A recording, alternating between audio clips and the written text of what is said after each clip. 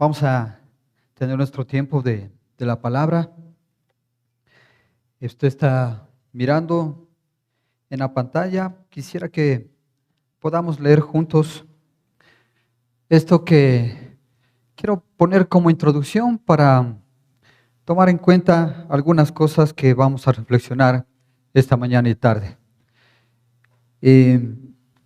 Dice, por falta de un clavo se perdió una herradura, por falta de una herradura se perdió un caballo, por falta de un caballo se perdió un jinete, por falta de un jinete se perdió una batalla, por falta de una batalla se perdió una guerra y por falta de una guerra se perdió un reino. Y todo por falta de un simple clavo. Bueno, esto lo escribió Benjamin Franklin. Tal vez usted escuchó hablar mucho de este personaje político, científico, considerado padre, uno de los padres fundadores de los Estados Unidos, Benjamin Franklin. ¿Cuándo lo escribió y por qué escribió esto? Bueno, como resultado de tratar de entender claramente, ¿no?, que un simple hecho puede ocasionar grandes consecuencias o pequeñas acciones pueden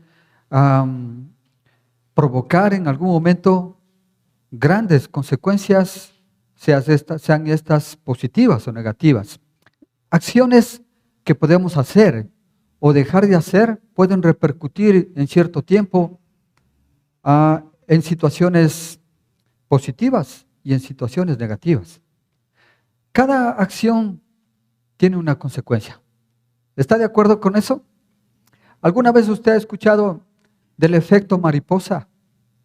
Un científico meteorólogo intentó buscar la forma de cómo pronosticar el tiempo de la forma más exacta posible. Usted ha visto que a veces no es tan real el pronóstico del tiempo, ¿no es cierto? Dice que va a llover, pero en realidad no llueve, hace sol. Entonces, este meteorólogo científico intentó buscar una forma, a través de informes y a través de muchos experimentos, lograr cómo encontrar la mejor manera de pronosticar el tiempo. Y se encontró que por una pequeña variación en cuanto a los informes que él tenía, de pequeñas variaciones de decimales durante el tiempo, eso traían consigo varios y muchos incrementos y muchas variaciones del tiempo que le era difícil para él pronosticar.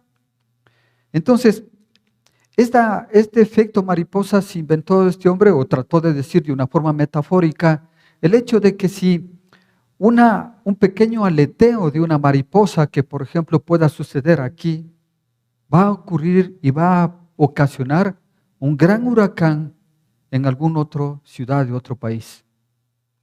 Es decir, como dando a entender que, vuelvo a repetir, las pequeñas cosas que pueden ser tal vez imperceptibles, a esas pequeñas cosas que no le podemos dar o que no les damos tal vez la importancia y la relevancia necesaria, pueden ocasionar en algún momento grandes consecuencias positivas o negativas.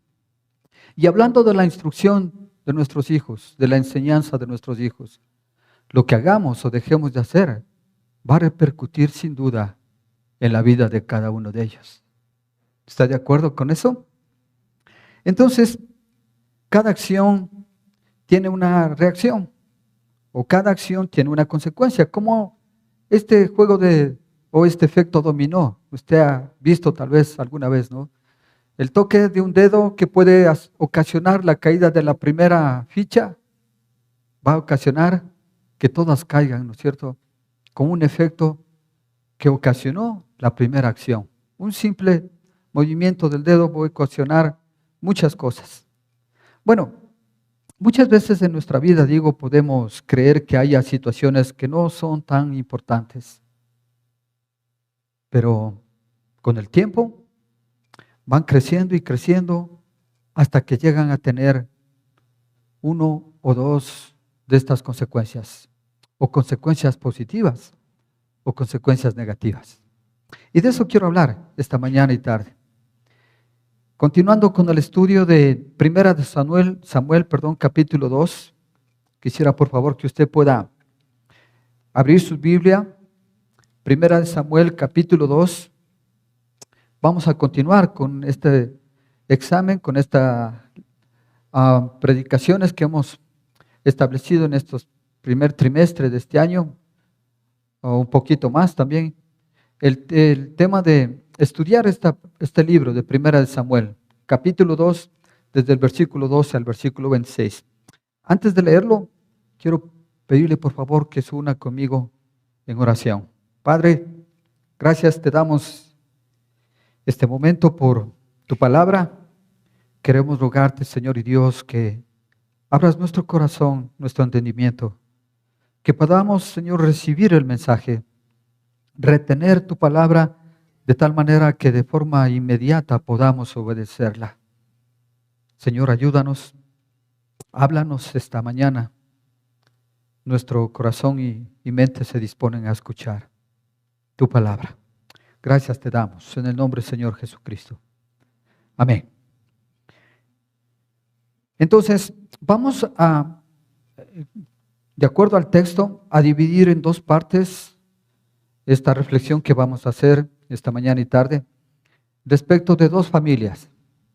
Dos familias que ya hemos un poquito hablado de ellas en las anteriores predicaciones. Domingo anterior principalmente estábamos hablando, usted recuerda, de la oración de Ana, ¿no es cierto? ¿Por qué estaba orando Ana? Por un hijo. Ella no podía tener hijos, así que oró de una forma impresionante, ¿no es cierto? Y Dios escucha su oración y le concede un hijo.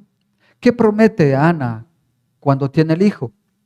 Que se lo va a entregar al sacerdocio, al servicio de Dios, dice Ana, ¿no es cierto? Y Ana, después que tiene el hijo, cuando cumple 3 años, este hijo cumple la promesa. Ana lleva a su hijo y se lo entrega al sacerdote Elí. Elí era el sacerdote y juez de Israel, un juez que estuvo al frente de Israel por 40 años. Elí tenía 2 hijos, este sacerdote tenía 2 hijos, llamados Ofni y Finés. Tengan en cuenta estos nombres, ¿no? Ofni y Finés. Estos 2 hijos eran sacerdotes, igual que su padre. Y Ana, la madre, que entregó a su hijo llamado Samuel, ¿no? Que luego sería un gran hombre de Dios. Entonces, tenemos a Samuel, tenemos a Ana, su madre. El padre de Samuel era Elcana, ¿no? Así se llamaba. Ana, Elcana y Samuel, una familia, y otra familia, Elí, el sacerdote, y sus 2 hijos, Finés y Ofni. 2 familias. El autor de este libro, en el 2º capítulo de Samuel, nos habla de este contraste, de una diferencia entre estas 2 familias. Una familia que actúa y que hace y dejó de hacer ciertas acciones y que en este momento miramos consecuencias negativas en la una y en la otra consecuencias positivas, de acuerdo a hechos, de acuerdo a acciones que hicieron y otras que dejaron de hacer.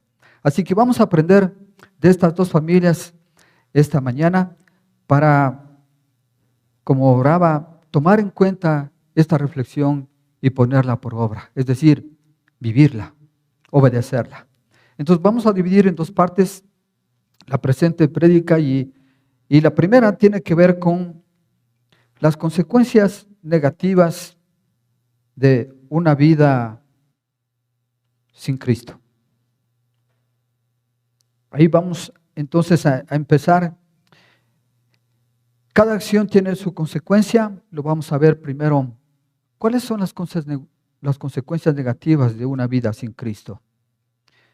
Vamos a leer. Entonces, ayúdenme en su Biblia, 1 Samuel capítulo 2, el versículo 12 hasta el versículo 17. Si está conmigo, tiene su Biblia a mano, por favor, lea conmigo. Los hijos de Elí eran unos perversos que no tomaban en cuenta al Señor. La costumbre de estos sacerdotes era la siguiente: cuando alguien ofrecía un sacrificio, el asistente del sacerdote se presentaba con un tenedor grande en la mano y mientras se cocía la carne, metía el tenedor en la olla, en el caldero, en la cacerola o en la cazuela. Y el sacerdote tomaba para sí mismo todo lo que se enganchaba en el tenedor. De este modo trataba a todos los israelitas que iban a Silo. Además, antes de quemarse la grasa, solía llegar el ayudante del sacerdote para decirle al que estaba por ofrecer el sacrificio: dame carne para el asado del sacerdote, pues no te la va a aceptar cocida ni cruda, sino cruda. Y si el hombre contestaba: espera que se queme la grasa, como es debido, luego podrás tomar lo que desees, el asistente replicaba: no, dámela ahora mismo, de lo contrario, te la quito por la fuerza. Así que el pecado de estos jóvenes era gravísimo a los ojos del Señor, pues trataban con desprecio las ofrendas que le pertenecían a Dios. La primera pregunta que seguro usted se hizo es: ¿cómo es posible que dos hijos del sacerdote hagan este tipo de pecados? Es más, ¿cómo es que siendo sacerdotes cometan este pecado? Cometan estos atropellos. ¿Qué dice el versículo 12? Estos hijos eran perversos. En la versión Reina Valera dice: estos hijos eran hombres impíos. En otra versión dice: estos dos hijos eran unos completos sinvergüenzas, desalmados. ¿Cómo es posible que eso pase?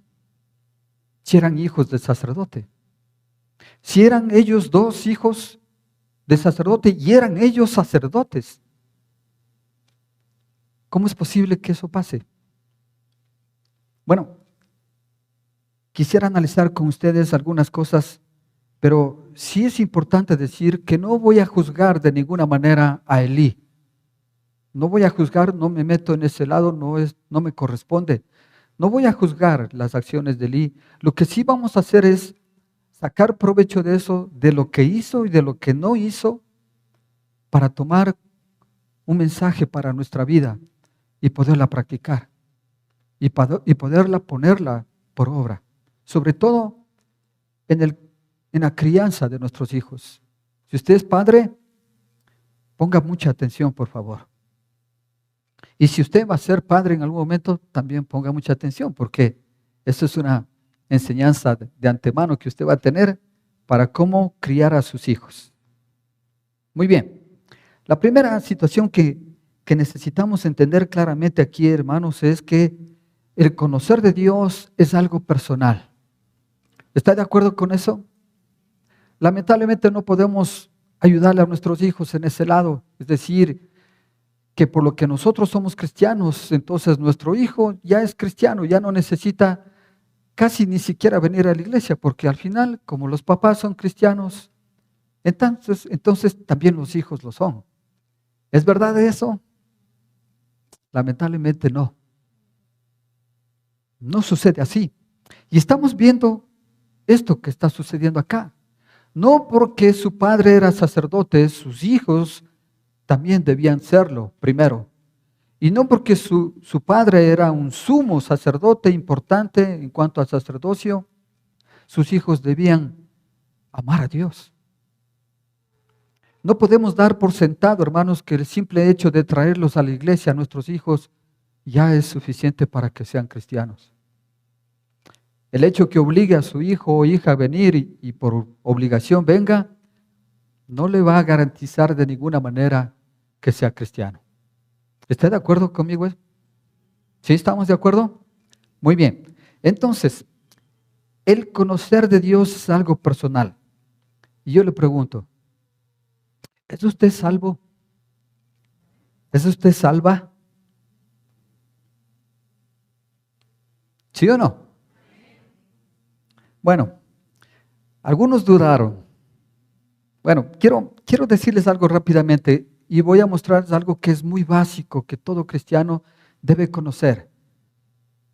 Y sobre todo si somos padres debemos conocer esta situación básica para que podamos enseñar a nuestros hijos. ¿Qué es lo que necesitamos conocer de inicio? El amor de Dios. Juan 3:16 dice que Dios amó tanto al mundo que dio a su Hijo único para que todo el que crea no se pierda, sino tenga vida eterna. ¿Qué debemos entender del amor de Dios?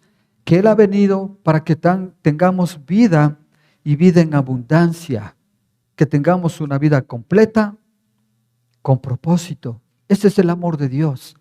¿Lo entiende eso? ¿Entiende el amor de Dios en ese sentido? Que dio su vida por usted y por mí, y que quiere de usted y de mi parte también que tengamos vida en abundancia. Eso es lo primero que debemos entender. ¿Qué es lo segundo que debemos entender?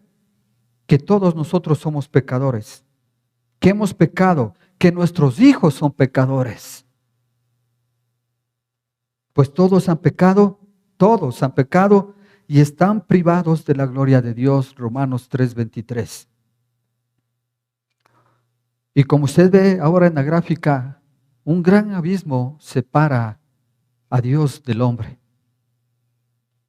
El hombre está tratando continuamente de alcanzar a Dios para establecer una relación a su manera, según como lo entiende él, a través de sus propios esfuerzos, a través de buscar y hacer buenas obras, a través de la filosofía, a través de religiones, pero siempre va a fallar en su intento, porque esa no es la manera de buscar a Dios. Hay un abismo que separa, pero que el Señor lo pudo resolver. ¿Cómo? Mandando a su Hijo, al Señor Jesucristo, a morir por usted y por mí. Pero Dios demuestra su amor por nosotros en esto, en que cuando todavía éramos pecadores, Cristo murió por nosotros, Romanos 5:8. Y entonces necesitamos creer en el Señor. Necesitamos creer que Él resucitó de entre los muertos. Necesitamos creer que Él es el camino, la verdad y la vida.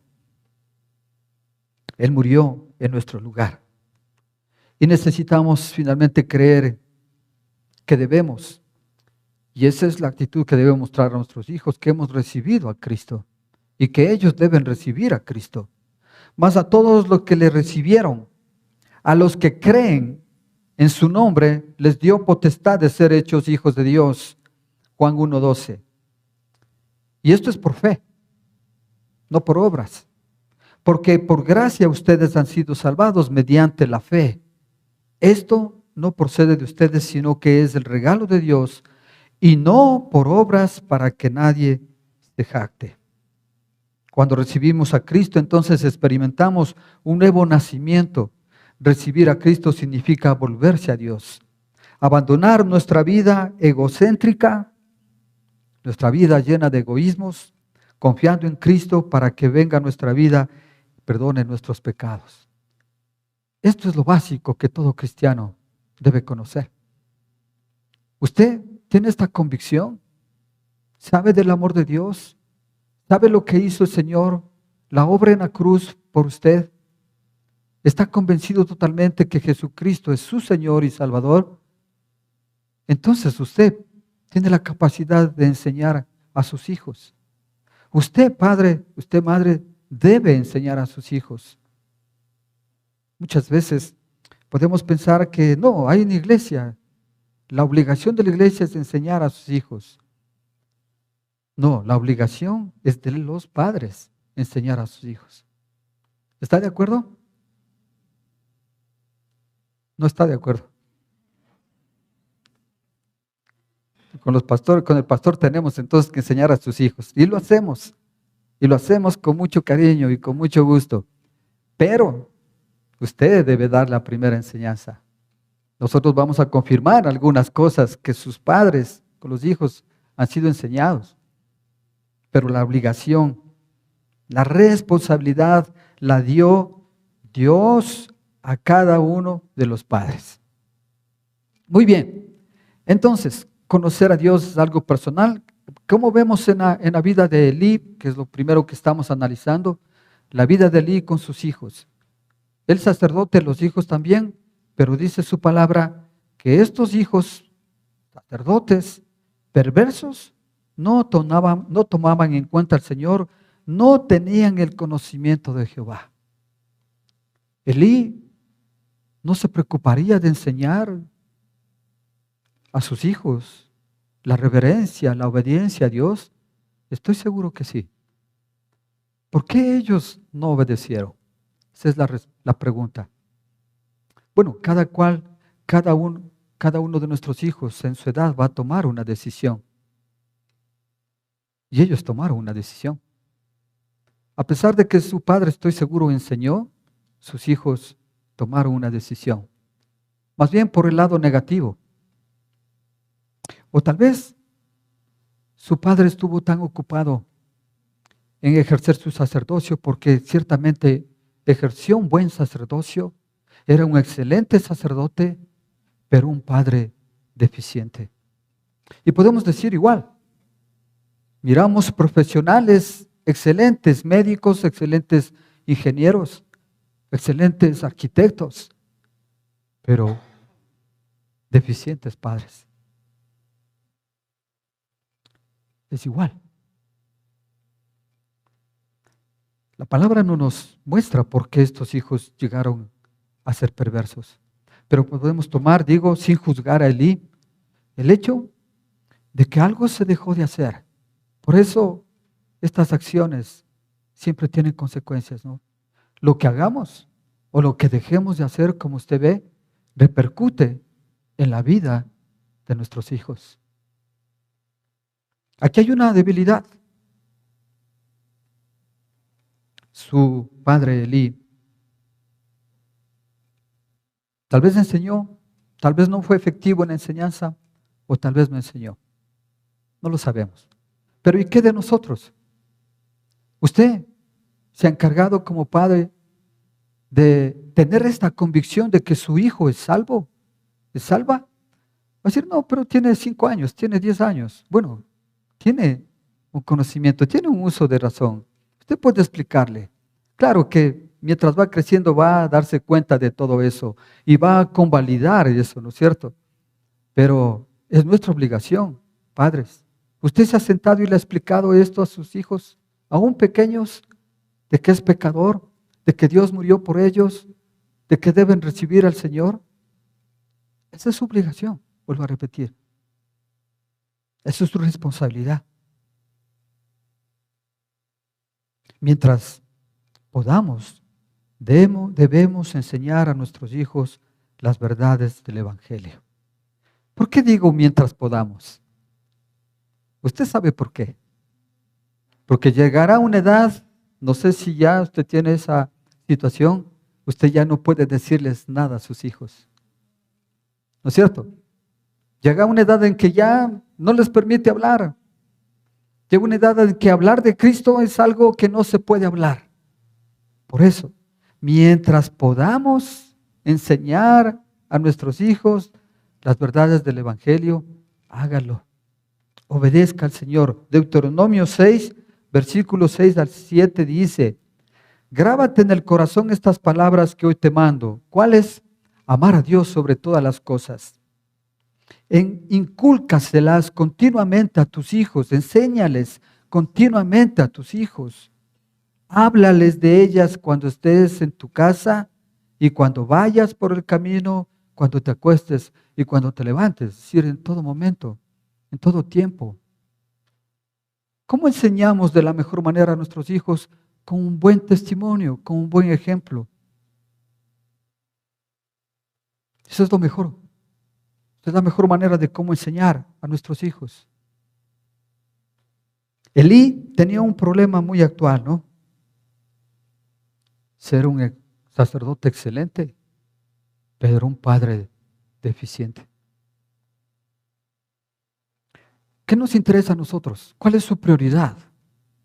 ¿Ser un excelente profesional? Sí, ¿no es cierto? Ser un excelente profesional, pero también ser un excelente padre. ¿Se puede o no se puede eso? ¿No? Sí se puede. Si usted si usted pone en orden sus prioridades, sobre todo. ¿Qué es lo prioritario para usted? ¿Qué es la prioridad que tiene en su vida? Decimos que nuestros hijos son lo mejor que tenemos. Damos la vida por ellos. Pero ¿son solo palabras o también son hechos? Usted hace exactamente eso por sus hijos, mostrándoles que efectivamente ellos son lo más importante de su vida.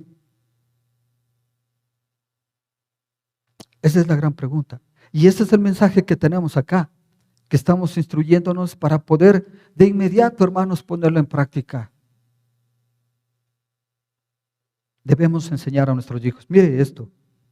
No hay un estímulo más seguro para que un niño desprecie la instrucción religiosa que el descubrimiento de la falta de sinceridad en la actitud de sus padres. Es decir, yo puedo mostrarme de una manera en mi casa, pero ser diferente en la iglesia. Eso miran nuestros hijos. Y ese es el testimonio que guardan en sus corazones y en sus mentes. Y por esa razón dicen, lo encontré en una situación de un comentario, desprecian todo tipo de instrucción porque el testimonio de sus padres es totalmente contrario a lo que ellos están escuchando. Tenemos que tener mucho cuidado con eso entonces. ¿Cómo es su vida? ¿Su vida es íntegra? ¿Es así aquí en la iglesia? ¿Igual en su casa? ¿Igual en su trabajo? ¿O nosotros nos portamos dependiendo en dónde estemos? Eso lo miran ellos, nuestros hijos. Eso lo miran. La mayoría de los jóvenes reciben instrucción más de sus amigos, más de sus compañeros, aún más de sus profesores que la de su casa. Por eso el bien de la familia puede ser neutralizado, puede ser obstaculizado en gran medida por la influencia de la sociedad fuera del hogar. Los hijos de Elí no eran lo suficientemente fuertes como para contrarrestar las tendencias malvadas de esa época y se dejaron arrastrar e influenciar. ¿Cuál fue el error de Elí? Elí no tomó precauciones adecuadas para la ocasión. Me hice esta pregunta y le pedí perdón a Dios, porque seguro yo no tomé algunas precauciones en algunas ocasiones en la vida de mis hijos. Y claro, cometí errores. ¿Cómo actúa con sus jóvenes? ¿Qué piensan sus jóvenes de usted, sus hijos ya jóvenes? Es más, sus hijos adultos. ¿Qué piensan de usted en la parte espiritual? ¿Es usted testimonio? ¿Usted es buen ejemplo de eso? Este es el momento entonces, hermanos, de hacer esta examinación, estas reflexiones, no para lamentarnos. Bueno, no quiero que nos lamentemos en el sentido de decir, bueno, tantas cosas que no he hecho. Ya no cabe hacer estas lamentaciones de cosas que no hemos hecho. Pero sí podemos mirar con mucha fe, con mucha esperanza de que sí podemos hacer algo por ellos todavía. Claro que podemos. Estamos frente al Dios perfecto, frente al Dios de las posibilidades, frente al Dios que puede hacer lo imposible. ¿Lo cree? Es que le invito a que no se lamente por las cosas que estoy seguro usted dirá, esto no he hecho. Igual que yo. Pero no nos vamos a quedar ahí, a lamentarnos, sino a creer con esperanza cierta que nuestro Dios poderoso puede hacer cambiar la vida de nuestros hijos si todavía no lo han hecho. ¿Está de acuerdo? Muy bien. ¿Qué más podemos encontrar aquí? Entonces, hermanos, la situación primera, la salvación, el conocer de Dios es de forma personal. Cada uno de nuestros hijos deben hacerlo de forma personal. ¿De acuerdo? Lo segundo, Mientras podamos, debemos enseñar a nuestros hijos las verdades de Dios. Tercero, debemos disciplinar a los hijos con amor, pero también con firmeza. Aquí hay una situación que podemos mirar en la vida de Elí y sus hijos. Y quisiera que podamos continuar la lectura en el versículo 22 hasta el versículo 25, por favor, si está conmigo. Primera de Samuel, capítulo 2. Ahora leamos versículos 22 hasta el versículo 25. ¿Sí está conmigo? Lea. Elí, que era ya muy anciano, se enteró de todo lo que sus hijos le estaban haciendo al pueblo de Israel. Incluso que se acostaban con las mujeres que servían a la entrada del santuario. Les dijo, ¿por qué se comportan así? Todo el pueblo me habla de su mala conducta. No, hijos míos, no es nada bueno lo que se comenta en el pueblo del Señor. Si alguien peca contra otra persona, Dios le servirá de árbitro. Pero si peca contra el Señor, ¿quién podrá interceder por él? No obstante, ellos no le hicieron caso la advertencia de su padre, pues la voluntad del Señor era quitarles la vida. Ahora podemos mirar de alguna manera las consecuencias, ¿no es cierto?, de estas acciones. De estas acciones que se hicieron o de estas acciones que se dejaron de hacer, que no se hicieron. Aquí acabamos de leer cuál fue el triste final de estos hijos. Murieron. Y usted va a leer, vamos a reflexionar todavía más en algunos capítulos más adelante. Por ahora nos centramos en esto. Debemos disciplinar a los hijos con amor, pero también con firmeza y determinación. Mire, los hijos de Elí aprovecharon de su posición para satisfacer su lujuria de poder, de control, de posesiones. Estos eran unos abusivos, ¿se da cuenta? Su desprecio, su arrogancia hacia el pueblo, hacia el culto, desmejoraron totalmente la integridad del sacerdocio, hasta el punto que ya mucha gente del pueblo ya no quería llevar las ofrendas al sacrificio. ¿Para qué lo hacían? Para el perdón de sus pecados. Y había todo un ritual que debía hacer el sacerdote. Debía dejar que la carne del animal en sacrificio se consuma, que la grasa se consuma, y luego entonces metía el trinche en cierta parte, coger eso, y eso le correspondía al sacerdote. El resto a la persona que llevó. Pero el ritual tenía un paso específico que tenía que hacerlo. Pero estos hijos que ejercían el sacerdocio lo hacían a su manera. Es más, no le daban ningún respeto ni reverencia, y entonces, claro, sobre todas las cosas, hicieron que el pueblo no confiaran en esta situación, en los sacerdotes. Se alejaron de Dios a través de esta situación. ¿Qué nos dice Dios a través de su palabra? Proverbios 23, versículos 13 al 14. No dejes de disciplinar a los hijos con amor. No dejes de disciplinar a los hijos, perdón. La vara de castigo no los matará. La disciplina física bien puede salvarlos de la muerte. Aquí habla de una disciplina física. Usted puede darse cuenta que esto es contrario a lo que actualmente ahora, lamentablemente, la sociedad nos muestra, ¿no es cierto? Usted no puede tocar a su hijo porque si hace eso físicamente, su hijo le puede denunciar. ¿No es cierto?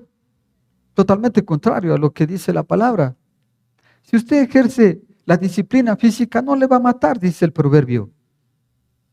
La vara de castigo no los matará. La disciplina física bien puede salvarle de la muerte eterna, de esta muerte espiritual. Así que hágalo.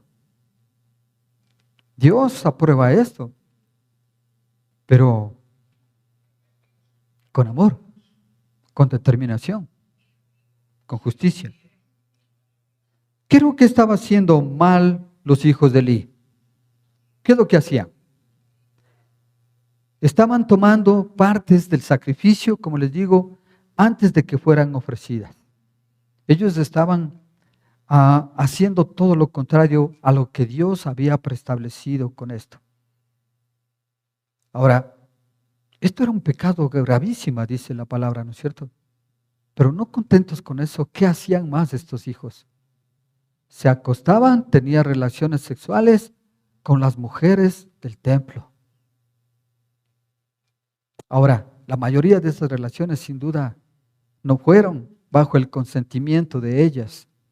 Tal vez el abuso, la prepotencia, la violencia, de esa manera lo hicieron. ¿Cómo enfrenta esta situación Elí? Mire, ¿qué es lo que hace Elí? Si usted se dio cuenta, hace una simple pregunta a sus hijos. ¿Por qué se comportan así? Les dice. ¿Por qué hacen esto? ¿Qué haría usted viendo todas estas situaciones? ¿Qué hace con sus hijos viendo semejantes cosas? ¿Qué haría? ¿Qué les diría?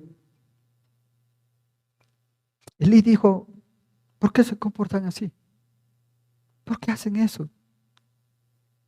Esta es una pregunta, digamos, comprensible, pero totalmente innecesaria. ¿Sabe por qué? Porque no puede haber una buena razón para el pecado que hacían. No hay excusa. Y esta pregunta daba lugar a que estos hijos se excusaran por algo, dijeran, es que por culpa tuya, es que porque tú no nos enseñaste, es que por esto, por eso es que hacemos. ¿Te has escuchado eso? Es que le da una posibilidad de excusar el pecado y no responsabilizarse por su pecado. Esa es la gran diferencia. ¿Cuál es la corrección que nosotros debemos mostrar a nuestros hijos con amor y determinación? Llegar que ellos se responsabilicen de su pecado, no que pongan excusas. Y de pronto podríamos escuchar, es que hago esto porque, bueno, soy pobre, por eso. No hay ninguna excusa para el pecado, hermanos. Esa fue una pregunta totalmente irrelevante, una pregunta totalmente innecesaria. Pero nos da cuenta de cómo Elí corrigió a sus hijos. Se da cuenta, más bien, no corrigió.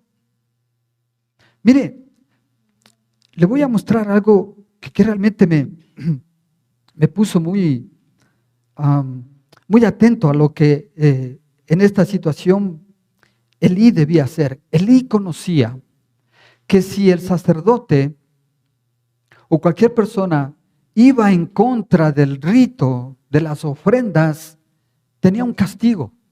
¿Cuál era el castigo? La muerte. Ese hombre o sacerdote que cometía ese acto irrelevante en el sacrificio debía ser apedreado. Ese era el castigo y ese fue el mandamiento de Dios. Lo podemos ver en Números, en Levítico. Eso conocía Elí, pero lamentablemente no lo hizo. ¿Qué es lo que podía haber hecho de inmediato, hermanos? Por lo menos mandarle sacando del sacerdocio, ¿no le parece? Por lo menos hubiese hecho eso yo. Pero ni siquiera eso. Les deja, a pesar de que él conocía cada una de estas situaciones, les deja seguir siendo sacerdotes. Es decir, pasa por alto el pecado de ellos. Y la palabra nos dice que debemos corregir. Hizo lo peor que un padre puede hacer en la corrección. Solo hablar. Peor todavía, solo amenazar.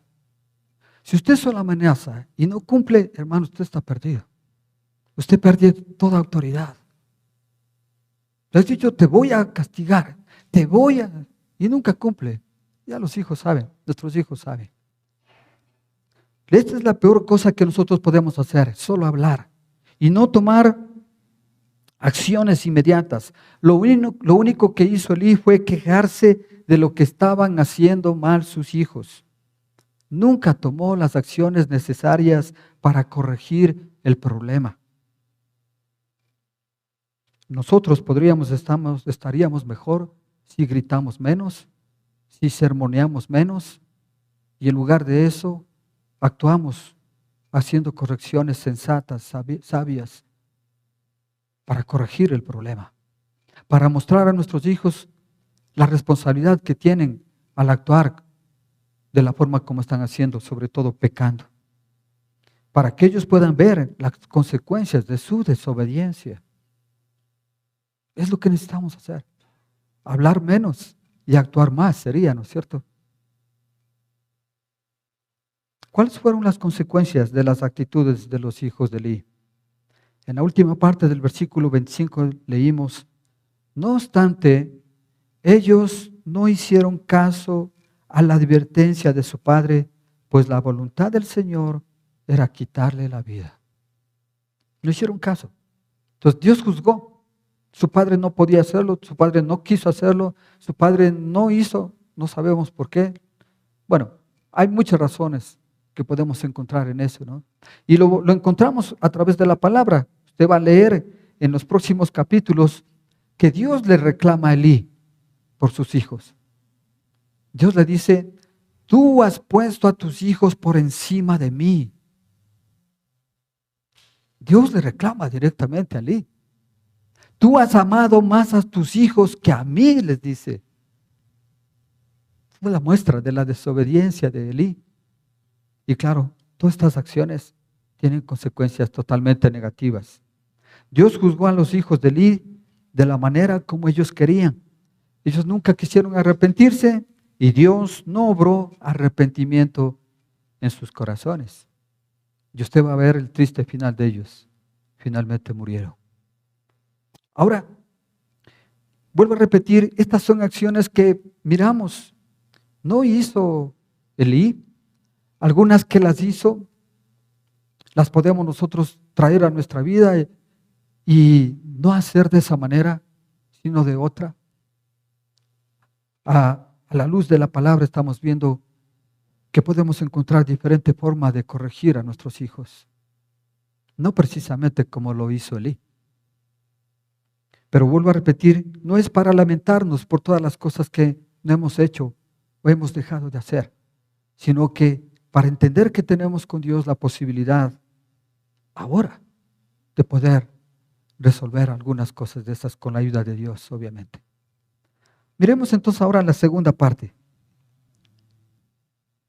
Las consecuencias positivas de una vida piadosa, que las encontramos en la vida de Samuel, ahora en la otra familia, de Ana, de Elcana y de Samuel. Aunque en este momento Samuel, ¿con quién está viviendo? Con Elías. ¿Se da cuenta de esto? ¿Quién era Elías? El sacerdote que tenía estos hijos malvados. Y en esa casa mismo vivía Samuel. Pero ¿cuál es la diferencia entonces? Hermanos, ¿qué es lo que tenemos que hacer por nuestros hijos?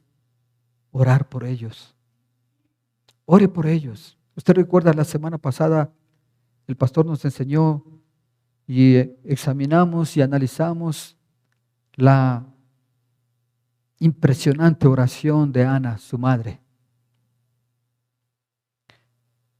La madre de Samuel, Ana, nos enseña entre las cosas que todo lo que tenemos y recibimos nos ha sido prestado por Dios.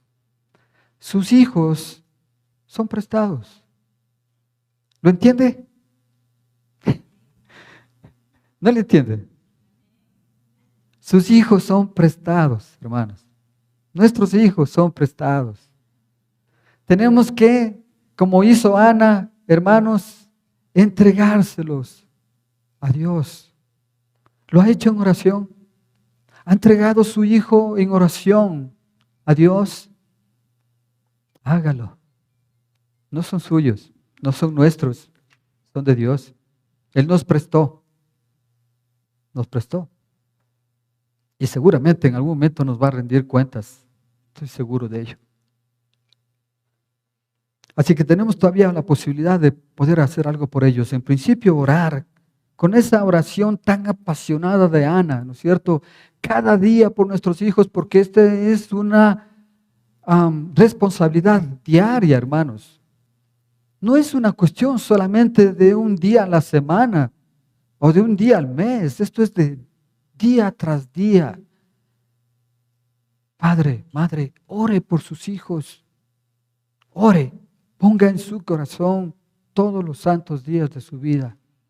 Necesita orar de esta forma apasionada como lo hizo Ana. Después que Dios contestó su oración, Ana cumplió con la promesa de consagrar a Samuel para su servicio. Ana descubrió, me gusta mucho esto, dice, Ana descubrió que el mayor gozo que tenía, el mayor gozo de tener un hijo es devolverlo total y libremente a Dios. El gozo no era tenerlo. Sí, seguramente es mucho gozo tener hijos, pero el mayor gozo que encontró Ana es devolvérselo a Dios. ¡Wow! Así que hermano, en oración, hermana, en oración, devuelva sus hijos a Dios. Conságrele sus hijos a Dios. ¿Está de acuerdo? ¿Qué más?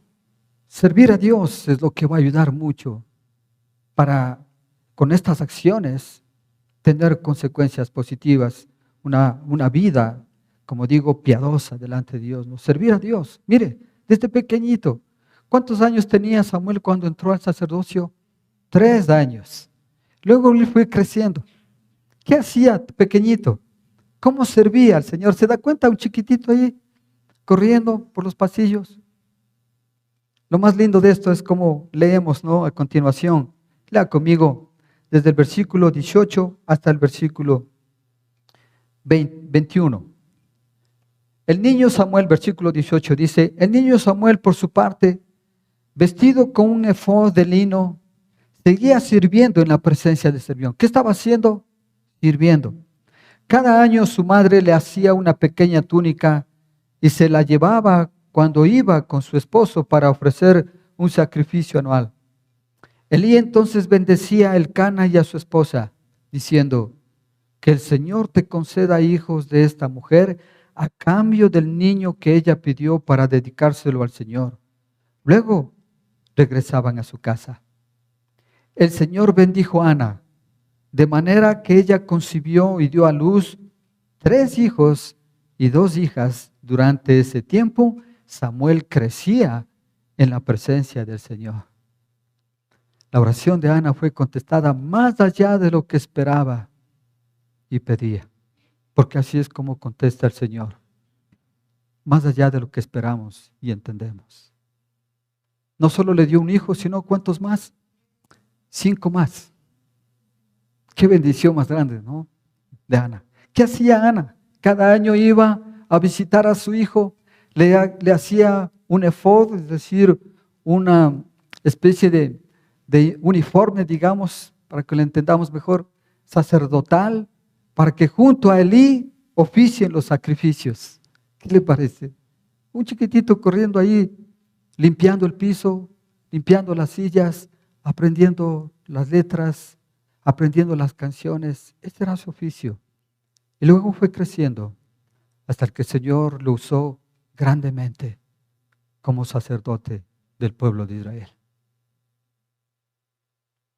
¿Cuál fue la pequeña cosa, digamos?